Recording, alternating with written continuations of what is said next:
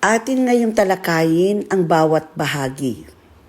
Una, ang nilalaman ng kurikulum, pamantayan at mga kasanayan sa aralin. Kabilang dito ang mga pamantayang pangnilalaman o content standard. Ito ay ang mahalagang paksa o konsepto na dapat maunawaan ng mga mag-aaral sa bawat asignatura. Sinasagot ng bahaging ito ang tanong na ano ang nais nating matutunan at maisagawa ng mga mag-aaral pagkatapos ng isang markahan o unit. Ito ay ang mga inaasahang malaman ng isang mag-aaral, ang katotohanan at impormasyon sa isang paksa o aralin. Ito ay mga pwedeng gawin ng mga mag-aaral, ang proseso at kasanayan sa kanilang mga nalalaman.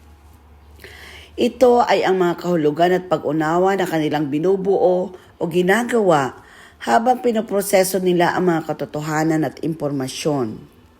Ito ay tumutugon sa mga tanong na, ano ang nais mong malaman ng mag-aaral?